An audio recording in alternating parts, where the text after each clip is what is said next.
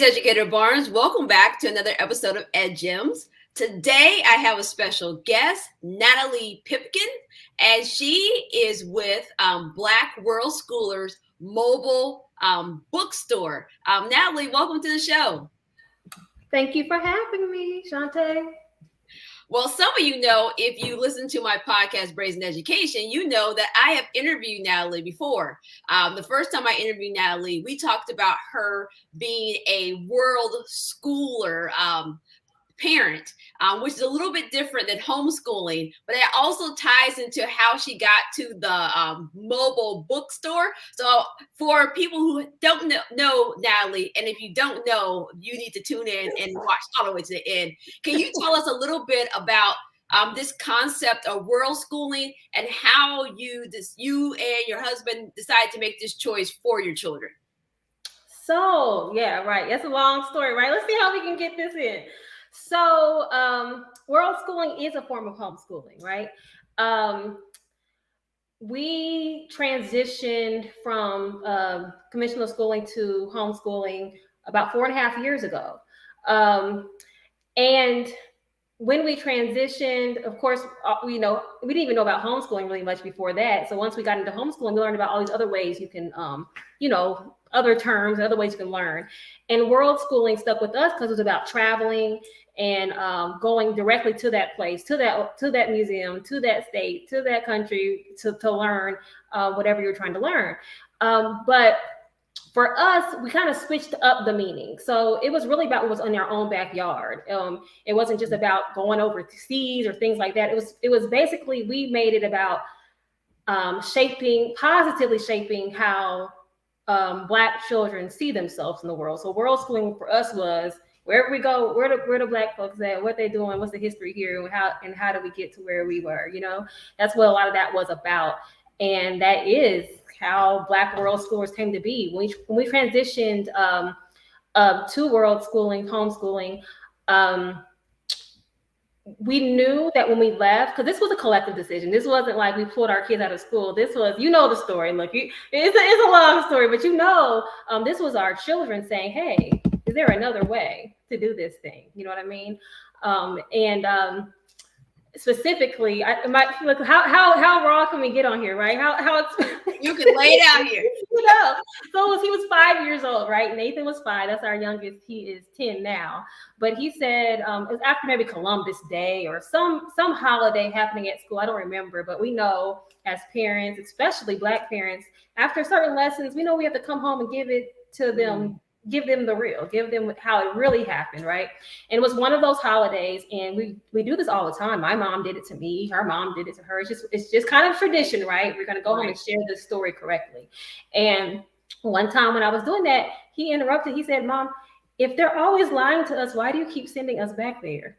Ooh, a 5-year-old. Ooh. I know, and I'm like, I didn't have the answer. I had to pick my face up off the floor and really think about that for about 8 or 9 months. So that's how we really got to deciding about homeschooling and then coming into world schooling.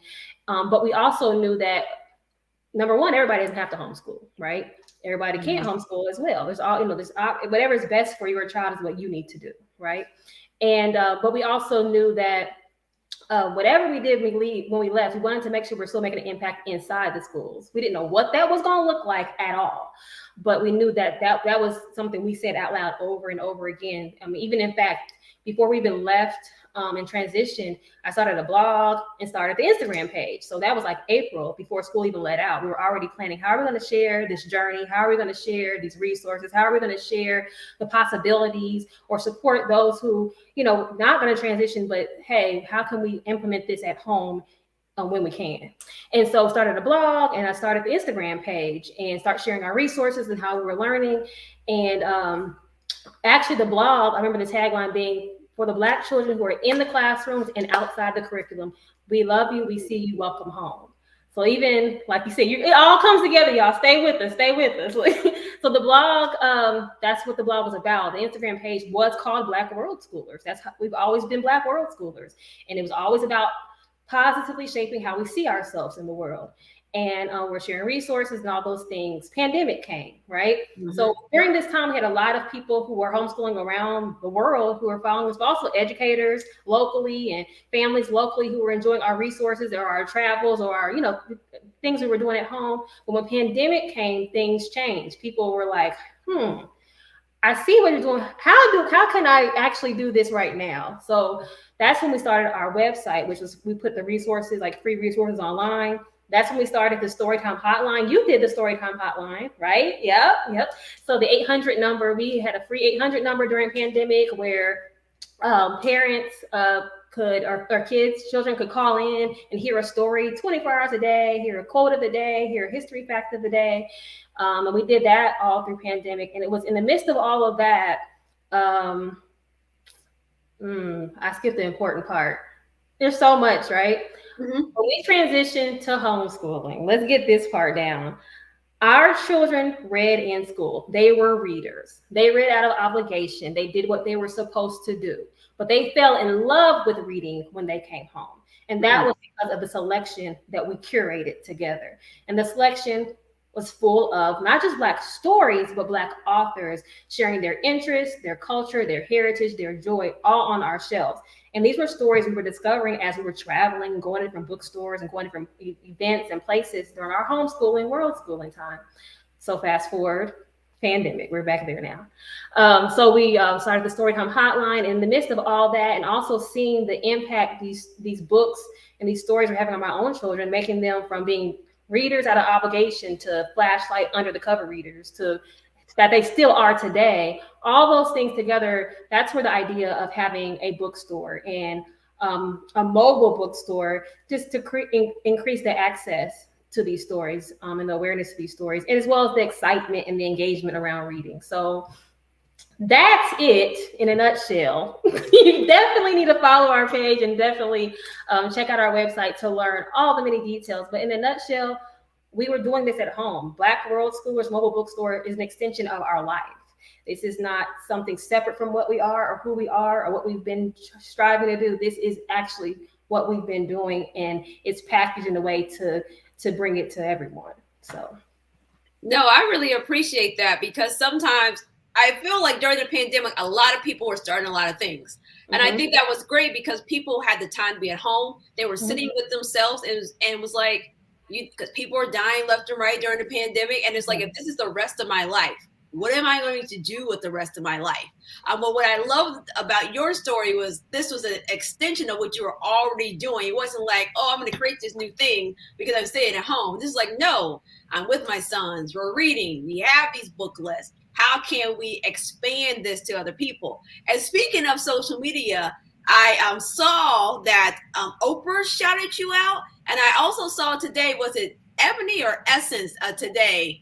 Ebony magazine, yeah. A little bit about some of this outside of Indiana publicity you've been getting. Oh my goodness. Oh, you know what? It's surprise publicity, but and it's awesome to see. But the community is where it's at, right? That's what built me, what supports me, what's there before the Oprah shout out, and that's like you, right? You've been there since the blogs and the phone line to the bookstore on wheels. But yes, we've had a shout out from Oprah's book club. We were featured on there about 3 weeks ago. They shared the bus. They reached out just a few days before they posted it, but I don't even know how they caught wind of it, but I'm glad they did. So that was awesome. And then Ebony was a few days ago, and that was a vote from peers on Instagram. I didn't even know that was even happening, but they nominated people who Ebony should highlight as women who are impacting their communities through the work they're doing. So super appreciative of that. Always a surprise. Always a surprise.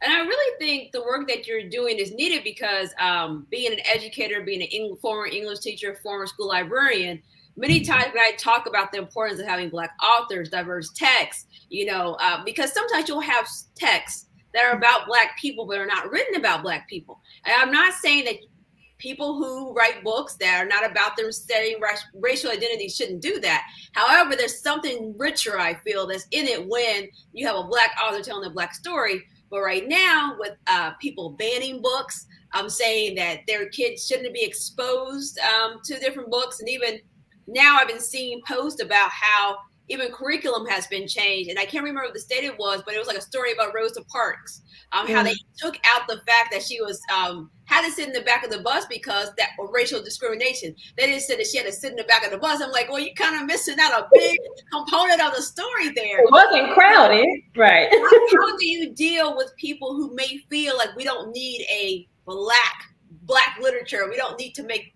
race the focus, because that's always the pushback when Black people are trying to celebrate themselves.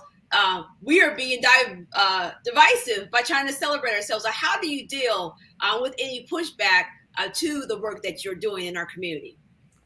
You know what? It's wild. I get that question sometimes, and I'll start here. I've been to Columbus, Indiana. Have you been to Columbus, Indiana before? Columbus, Indiana. Been through it. I've been there about 5 times with the bus. I've been to Noblesville, been to Fishers, been to, I've been a lot of places where people thought I would probably never be able to go, right?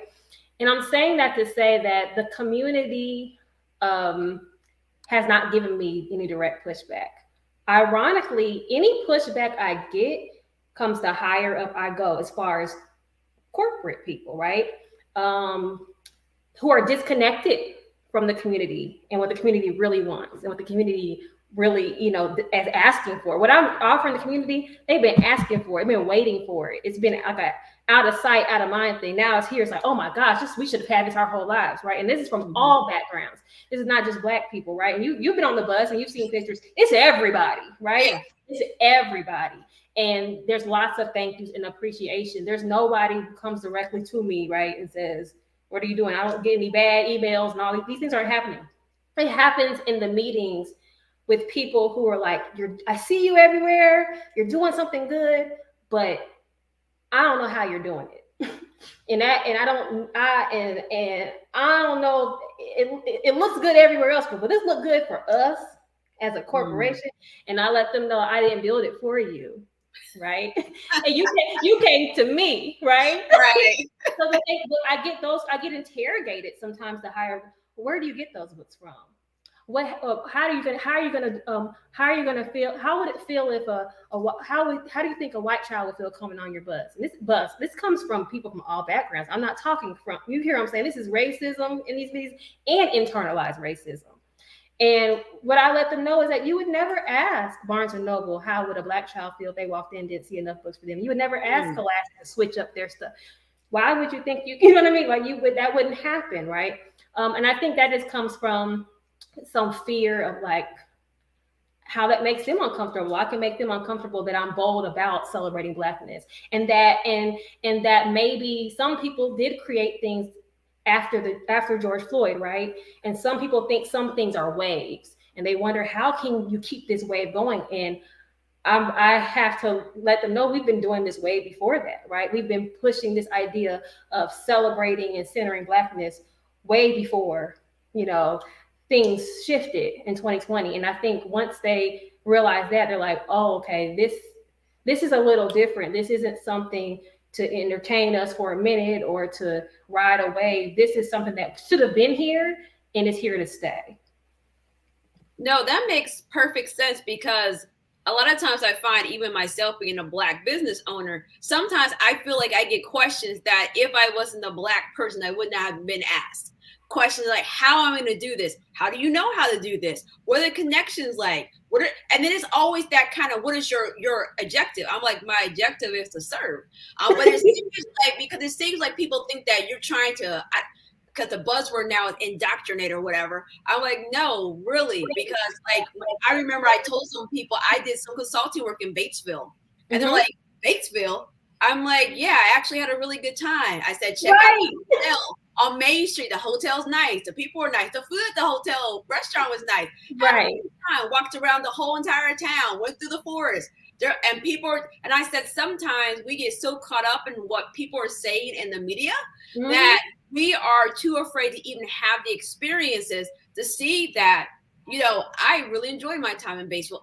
If they invited me back, I would go back. Right.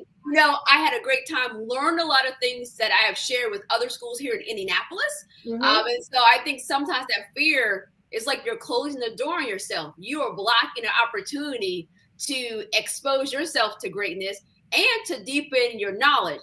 But like you said, people were asking for this. So I know I'm putting you on the spot right now, but what books? Let's talk about books. So now I got some listeners that probably got like small kids. I'm thinking like lower elementary down to preschool. What Mm-hmm. book recommendations do you have for that age range? Now, see, I'm in the basement, so I don't have my bookshelf. So I was like, I'm coming ready, and I had just got a shipment in today. I said, oh yeah, I'm gonna show her the new news. So, tons of books, and I always keep classics on the bus. Independent authors like Shantae Barnes, she's on the bus or on the website. You can shop as well. We rotate our bus selection every event, so you'll always see something new. But I always keep classics. I never just put what's out this week, but I do search through it and read some things. Say, oh, we need to have this week. So I have some new things this week. For our lower elementary, the Bill Withers song "Lovely Day" into a picture book. Oh, Absolutely beautiful. I love that song. First of all, Yes, yes, and he has some powerful interviews about Black children and things like that. So I just thought it was beautiful to have wow, a book with this song. So yeah, that's a favorite right now. And this has been out for a little bit, but Naomi Osaka's book. I read that one. Yep, that's a good one. Yes, that's a great one. So I would definitely recommend these two for those lower elementary. And even, and you know how I am, picture books are for everybody. So like this book, everybody, lower elementary, your mama, your grandma, everybody should read this. This is an excellent book.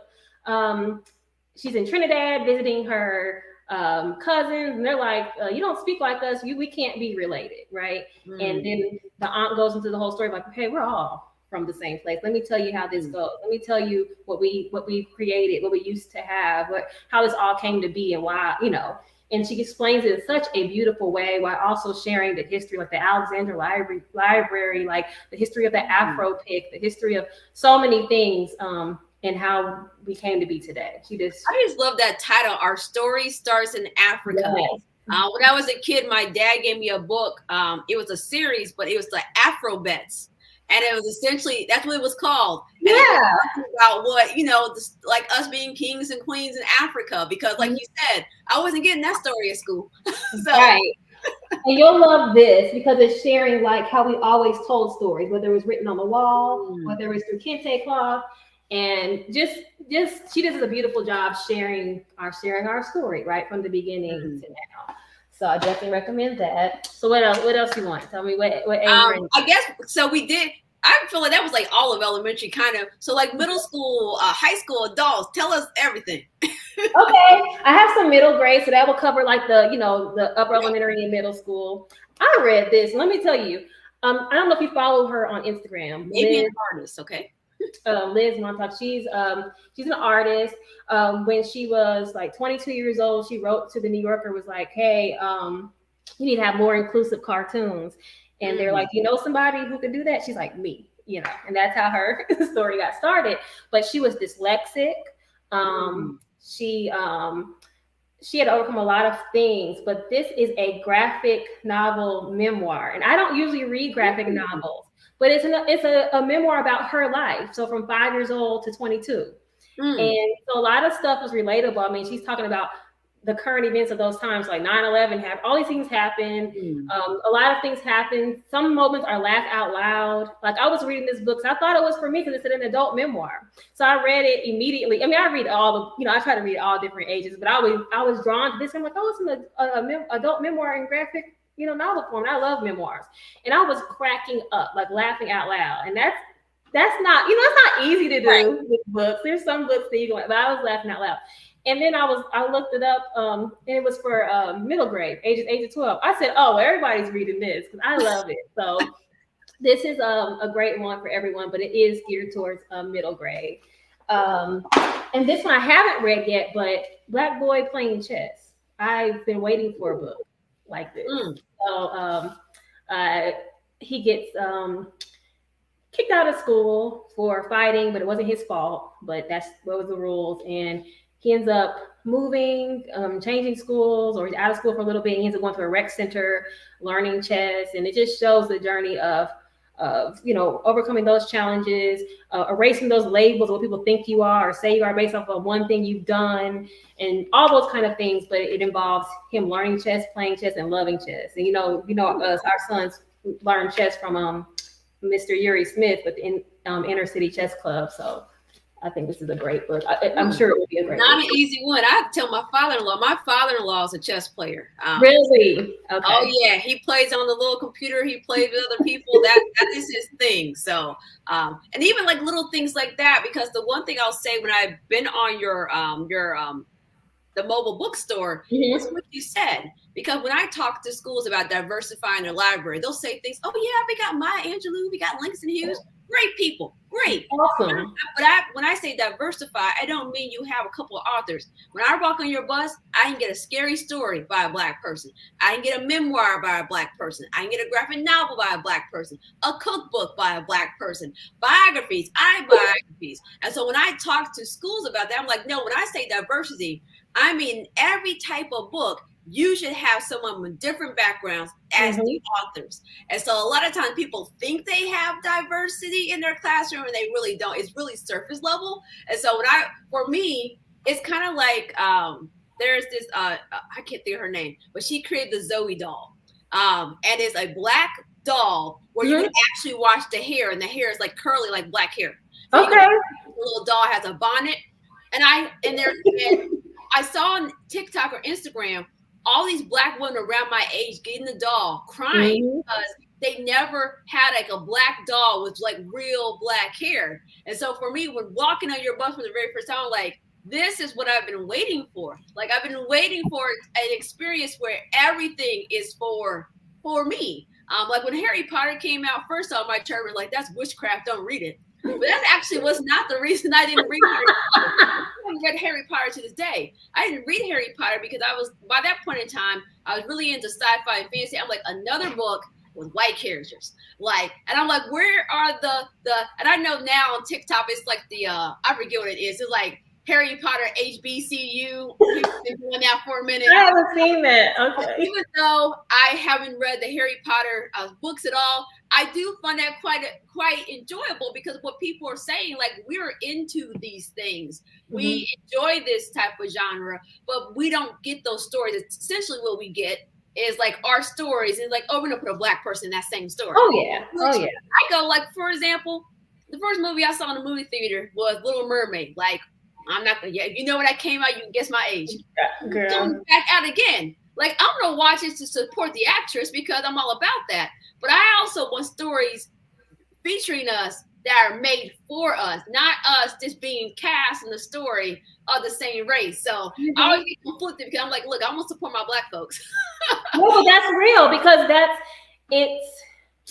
Well, I won't say blackface. Like you've talked to me. Look, you already know I'm kind of filtering these things. Filter them, Natalie. Filter them. So, but no, I get it. I'm with you. I'm going to support, but I also feel like when we do that, we're telling the world, we're telling our children, we don't have any stories to share. And that's even when you're talking about diversity in the schools. When it comes to Black stories, we don't mean just Black history. And Black history, yes, all day, every day. But when someone says, well, what about diversity on your bus, right? We're talking about not the community, we're talking about we get corporate, right? I'm like, it's very diverse. I have sci-fi, I have graphic novels, I have middle grade board books, I have bilingual books, I have what do you want? And if I even have, what is that? I'm not good. Is it manga? Manga? Oh, yeah, manga. Yep. We got our first Black author with them. So there's a thing that a lot of times people in their mind don't think these stories even exist. They say, oh, they can't curate them because they don't believe they exist. And that's what I love. That's what brings me so much joy about what I do, because I know they exist. I know where to find them. And people, again, talking about up here, where do you get these books from? I said the same place Barnes and Noble gets their books from, right? Because I'm a bookstore, right? So I'm connected to the ABA and everybody else just like they are, right? My method of delivery is different. How I curate is unique, but I have the same access they do, which lets you know who are they searching for, right? So we have the same opportunities to get the same books, right? And also the difference is we're reading these books, right? We can't read them as quickly as we used to when we were shipping from home and didn't have the bus, but it's still important that we're reading these books, because no matter who's writing the story, we need to know what's in there. I'll tell you a quick story why what made me be really, really strict about that when opening this bookstore. I'm a Who Was, I know Who Was is very popular. Who Was, Who Is, those stories are very, very popular. Are your children, they enjoy those? Yeah, they're very, very, very popular. And my kids enjoyed them when they were in school. And so, that's something that I was like, oh, that's easy. Then I was just in the beginning before we were just shipping from home and I didn't have a bus yet, and I was probably like my first, couple of times ordering when I was still learning. And I was like, oh, this is easy. I can get that without having to review it. That's tried and true. But something told me to read this one. It was Kobe Bryant. That one came out. It had his case in there about being accused for rape on a full 2 pages. This is geared towards 8 to 12-year-olds, or even younger sometimes, I think. But I know I've read Who Was, and I know they weren't talking about the presidents who owned slaves, or they weren't talking about them raping women, and those things weren't happening in any other Who Was, and that shocked me. This is before Open the Bookstore. When I did my first pop-up shop before I had the online store, I was, I think around that time. I can't remember. It was very early, and I was like, wow. But also I learned, oh man, all these Who Was, no matter who they're not written by us. Yep. These are, and so that was a big, even though I was already like, in the mindset of I want to find Black authors, I also didn't realize how many books that maybe I already owned, or books that I thought I would put in the store that weren't. And I said, I need to be more careful for many reasons, not just because we deserve to tell our own stories, because sometimes people will distort our stories, and if we're not checking these things, we're passing down this harm, or yeah. So again, click the button. If I have to do the filter, you have to you already know. I'm just saying. Well, no, that makes sense, because when I was an English teacher, I would read books and I would like make a little picture of the book and put it outside my door. So by the end of school, you just had this list outside of my door. And I would say things like, talk to me about these books. And that's how we get kids to read, because kids will read it. We would debate plot points. But part of the reason I read so many books is because every single book that was in my classroom library, I wanted to have read it. Because of what you said, because like you take that series where it's just telling you about different people, right? But if you look at the series closely, like you said, if a person that's not Black has committed a crime, that's probably not going to be in their story. But if they're Black and committed a crime, it's in their story. So it's like, if we're going to talk about crimes, put everybody's crimes. Everybody's stuff in there. If we're just going to talk about positive stuff, just talk about positive stuff for everybody. And so for me, I feel like even when you think you're trying to bring joy, sometimes you're unintentionally not bringing joy because we didn't read the thing. So I read, even now I'm reading a recent book I read, which I really love. I can't call off this name right now, but it's called A Song Below Water. Yes, the second book just came out. They did?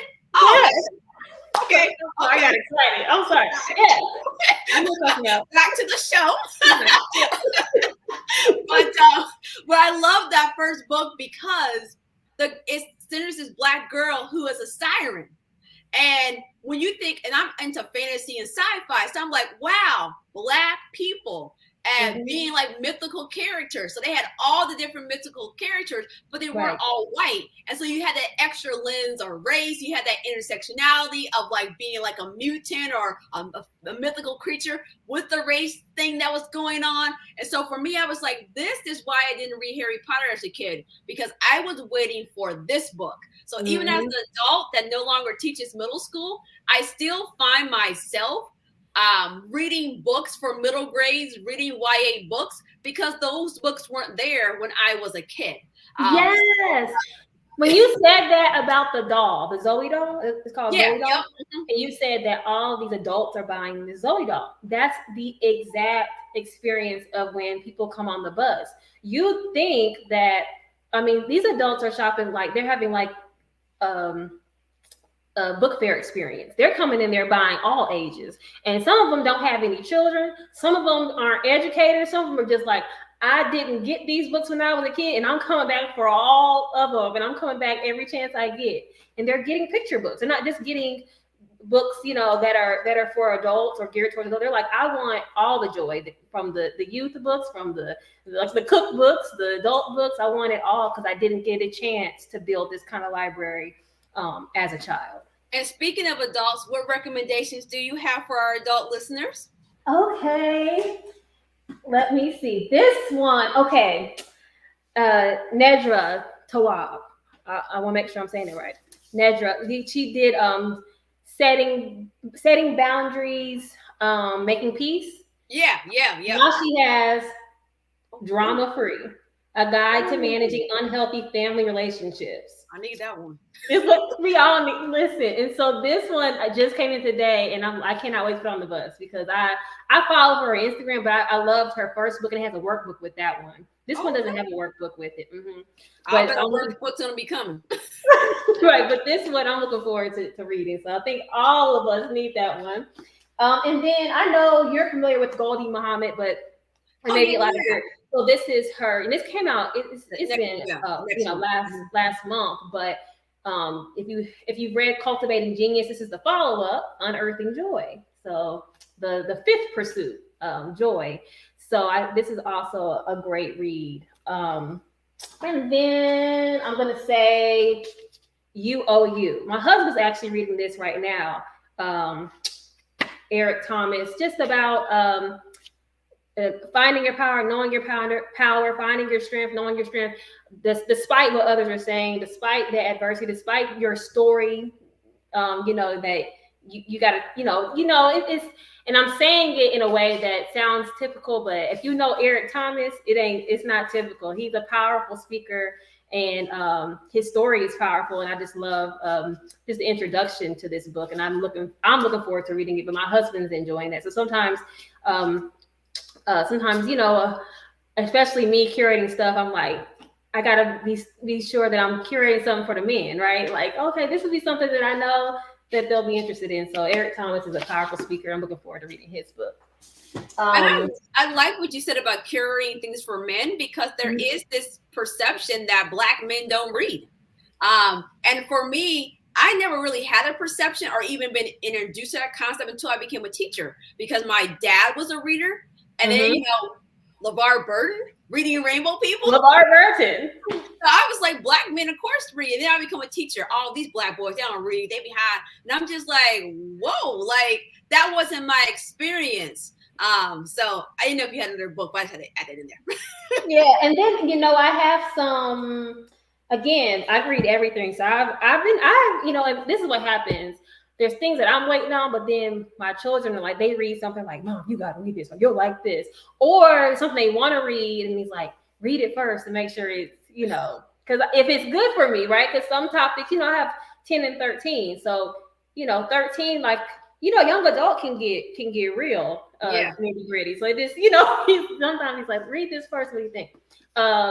Nick Stone, Chaos Theory. Oh, this is young adult, but everybody should read this. This is the best book so far that I've read around mental health or mental illness. Rain Rising is a middle grade one, and that's excellent too. Courtney Comrie's the author, and it's dealing with mental health. But Nick Stone, like, she gets all the way in it, even to the point of like a friend agreement in here to about the person who's dealing with the mental illness. She's like, this is the agreement. This is how I function. This is what I need from you if you want to be my friend, because I can't deal any other way. Like, she really helps people become allies for mental illness, like through this book. It's an excellent book. And then this one I haven't read yet, but I'm sure everybody's heard about it.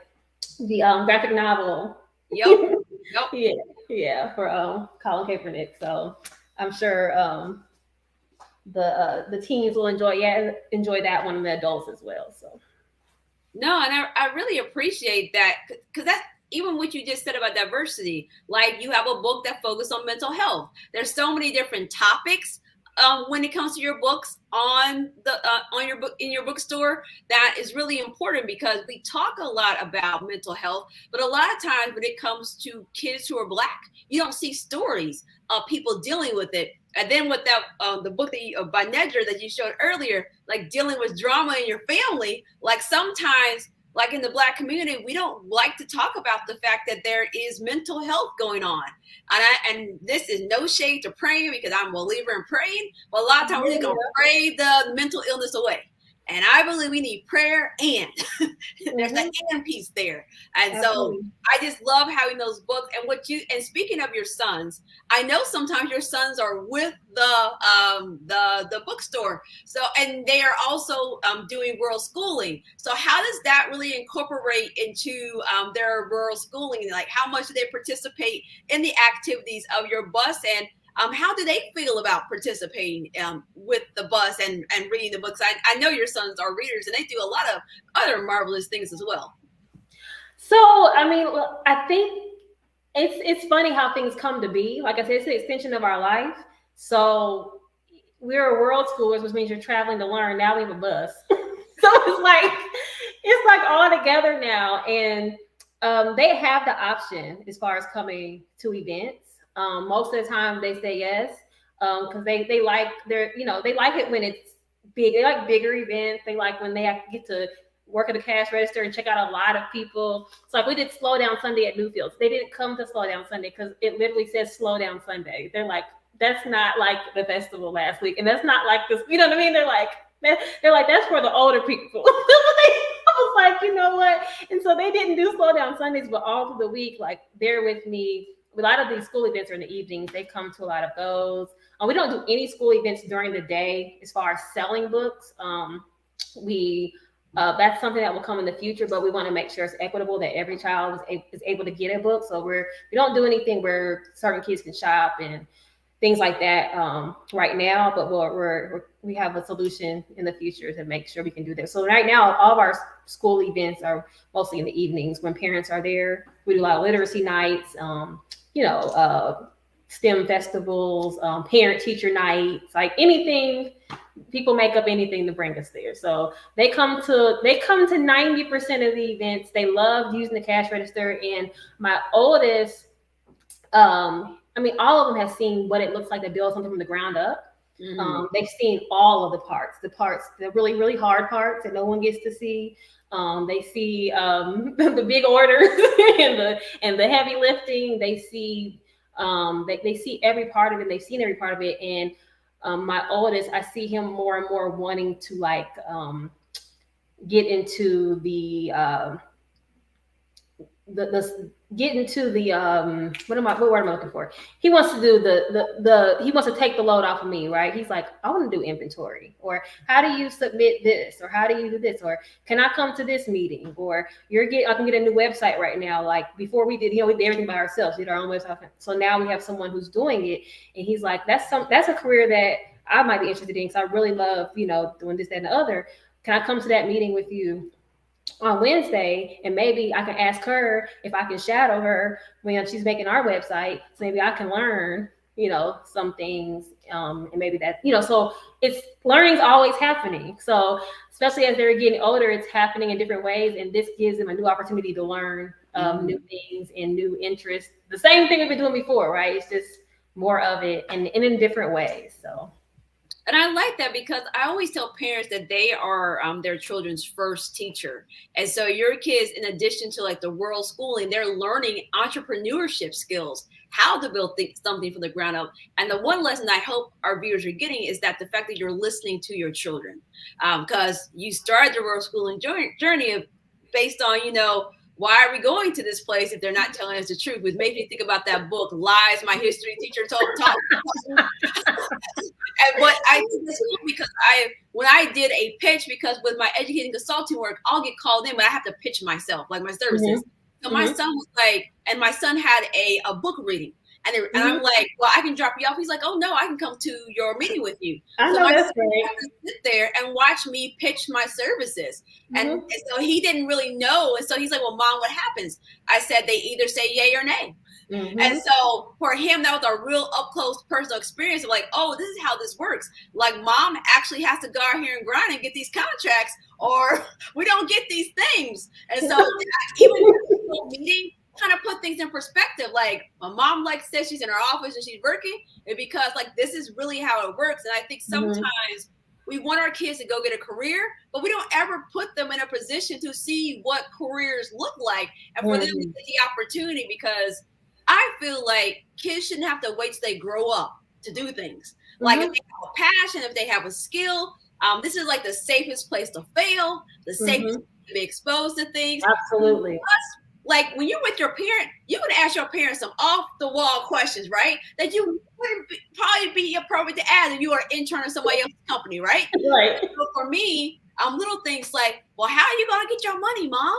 I'm like, oh, I have to do an invoice. How are you doing an invoice? Well, come to my computer. I'll show you how I invoice and how I track expenses and all these things. And they're like, well, mom, that's a lot of work. And I'm like, so then they're asking me all these questions. So I think our boys have that in common, the fact that they get to see things from the ground up. And when kids see things from the ground up, that makes them see like, oh, I could do that. Like, that's like my mom is doing that. That's a viable path for me. Absolutely. So and being bold about it. That's what we have a lot in common, right? And for sure. Right. But Ida B. Wells was short. That's my girl. That's my inspiration. But no, we're bold about it too. They see that. They see that we don't just go along to get along. They see that we're okay with no, because there's a yes coming. They know that we're okay with not being accepted by everyone, people not understanding or misunderstanding. They see us keep going and keep growing, even when those things happen. It doesn't stop anything. And so like they see a whole lot with us, a whole lot. And I think that's important, because I think for my boys, one thing that's important to me, I want them to see all that makes up a Black woman.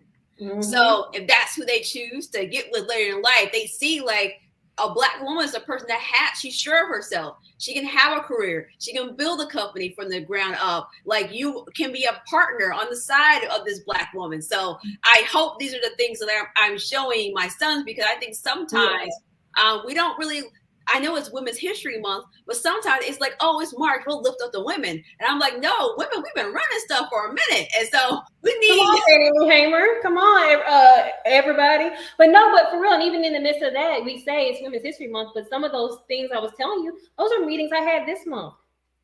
Sometimes Women's History Month is just a post. The disrespect lives on. The doubt lives on, right? So we have to raise the next generation to see what, like you said, what it means to be a Black woman, and all that we endure and all that we build, and not alone, right? We do it. We take the lead a lot of times, but we have so many people who are supporting us and who are, reminding us to keep going. We got them husbands who say it's gonna be all right, right? You just keep going. We get a lot of encouragement, right, along the way, and from our children. Those hugs and that understanding and that help and those smiles take us a long way too.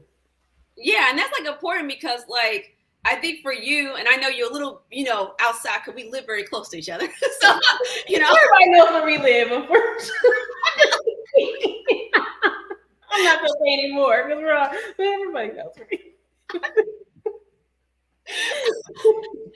But like that like support from like the spouses is important, because like, everyone sees like what, like I say, when people see things on the social media, you're seeing like what I post. You don't see all the outtakes. You don't see like all the no's. For every yes I get, there's a no behind that. Or it's like, you know what? I'm not going to let you lowball me for this. I'm not going to put myself in this position. I'm not going to do that, because I have to know my worth, because it's going to take away from somebody who's actually going to see my worth. Absolutely. So I know with you, like you're everywhere. And so what are some things that you wish people would know about your work that you feel like people don't know? Man, that's a great question. I should bounce it back to you. What do you think? Like, what do you think people? I have to think about that. Oh, well, because I know you. Because it's funny, because I'm like, okay, I'm interviewing you, so I have to ask you questions. Not everything is in my head.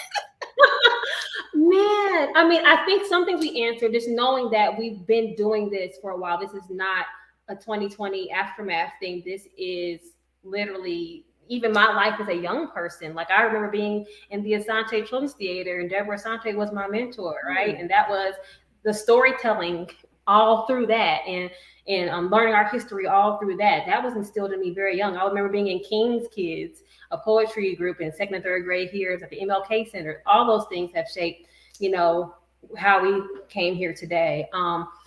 I would like people to know that there's a lot of people doing great work around literacy here. It's not, we're supported by many people. Many people we're on the ground working in many different ways with many different organizations. But something that I've recognized is that we are really good about spewing out statistics around literacy, especially around Black children. And it's always so negative. They hear it from the beginning, from the moment they enter school, what they can't do, what they probably not going to do for the school to prison pipeline. They hear so much negative stuff. And I'm like, man, what if we told them all the things they could do and put the books in front of them that they would enjoy and the things they could be and our legacy of literacy that already exists, instead of all those negative statistics, what would the outcome be? So a lot of the work I do sometimes is just talking to adults about that. Like, let's flip how we're talking about this. Or, hey, if you're noticing, if these statistics are real, let me see what this looks like. Oh man, you don't have any books here? We should be surrounding kids in books, right? Books should be everywhere. A lot of my work is conversations with adults and parents and educators, because sometimes we forget kids aren't static. They're always evolving. If they didn't like to read in first grade, I mean, they don't like to read ever. You know what I mean? And doesn't mean that they don't like reading. Jason Reynolds is what he says is they don't like boring books, right? So a lot of the work I do is just having conversations, a lot of meetings, a lot of conversations saying like, hey, I don't have the list of statistics next to me. I've seen this happen in real time, in real life with my own children. And I see it every event I go to with all the children that come on the bus. I see what happens when you put good books in front of them or exciting stories in front of them. So that's a lot of the work I do too. I'm not just a bookseller, right? There's a lot more behind that than just selling books. So and I like what you said, because like sometimes when people say things like Black excellence, people get confused. Oh, you just want to shout out Black people. I'm like, no, they're Black and excellent. Like the books that you have are written by Black authors, but they're also excellent. Because I think a lot of times when you hear people say representation matters, people are just like, oh, you just want representation. No, I'm like, we want quality representation. Responsible representation. What story are you telling? Is like you said, is like with the other stories we were talking about earlier. What do they actually say? Are they represent us well? Are they going to change how we see ourselves? Are they going to shift the way we see each other? And like the stories are really important. They're powerful. We can't afford to just throw anything anywhere to say a book's present or even say a Black book's present, right? These stories are important. No, and even that's important, because the one thing I try to encourage teachers to do, you actually need to read the books that are in your classroom library. And I know that it's hard to read the books that are in your classroom library, but it's super, super important, because you don't want your students to get some unintentional message just because you failed to read the book. And also it makes you a better book talker when you got to talk about books, because my whole thing is I would get kids, because I would get them in middle school, right? So if you're coming to middle school and you can't read, you can't read. And the only way you're going to improve at reading is reading. So I got to find something that you like and you're willing to struggle through. And so, and many times they haven't. So I'm like, so what do you like? Okay, didn't like this. Okay, my whole thing is like, before you leave this classroom, I want to find one book, because once I get you hooked into one book, I can get you hooked. And there are some teachers that they don't believe in like getting kids to love reading. I'm adamant that we need to get kids to love reading, because that's how you get them to learn how to read. It's how you get them to love themselves. Like there's so much, and even if let's say I hear that too. Like all kids have to love reading. Okay, fine. But they need to love stories. They need to, if they're not going to read it, you need to be sharing these stories. A lot of times when kids can't read or not good readers, they keep the good stories away from them. It's like, even if as they're learning and struggling through, you should be reading out loud to them and sharing these stories that are important to their character and who they're becoming, and not just put them in the corner reading the books that are just good enough that for them and their level of reading. They'll never get in their ear those stories that can change how they see themselves, even as readers. You know what I mean? And the potential that they have. So now I love what you said about the good stories, because a lot of times when kids get tracked into that low track, they are reading those stories with no flavor, no interest, no plot, and then they don't want to read it. I'm like, yeah, kids would rather struggle through a story that's hard for them to read that had a good plot than a story that they could read but the plot is horrible. And so I get really frustrated with that when kids are they get behind and they get forced into those situations. And some of our favorite authors were struggling readers who still struggle to read to the end. Jerry Pinkney, later knew he was dyslexic, but I remember I talked to him briefly on the phone, briefly before he passed away.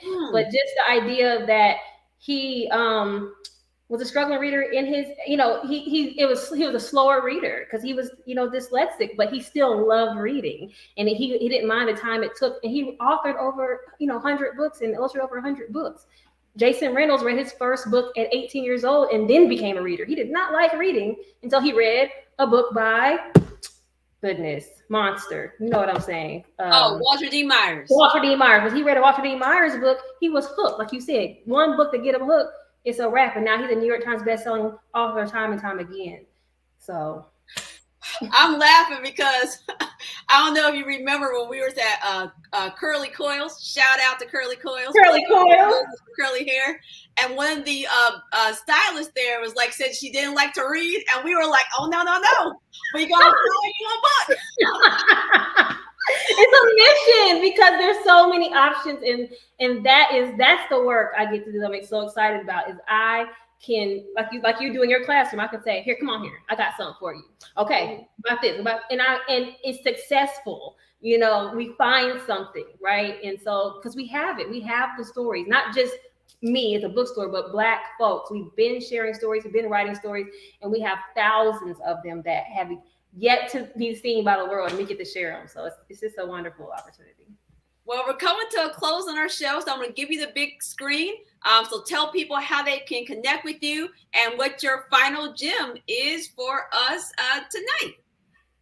Okay, you can follow us on all social media platforms. We're very active on Instagram and Facebook. So follow Black WorldSchoolers _ bookstore on Instagram, and follow Black WorldSchoolers on Facebook, TikTok, Twitter, all those things. You can visit our website, blackworldschoolers.com, to shop for books and merchandise. And you can also book our bus through our website. The gem, we talk a lot about generational wealth. Books, that's generational wealth too, the books that we pass down. So generational wealth, think of books and think about what's on your shelf. What will you be passing down to the next generation? Oh, I love that. I definitely collected some books from my dad's personal collection when he passed away. So that was a very touching gem for me. So thank you, Natalie. It's always great to talk to you. I love how we can finish each other's book thoughts. We'd be on here for 2 hours, Lord. I know. The people is this show wrapping up? It's not, guys. Part two. No. All right, it's gonna be a part 2, 3, or something. So thank you so much. Thanks so much, guys, and I'll see you guys on the next episode.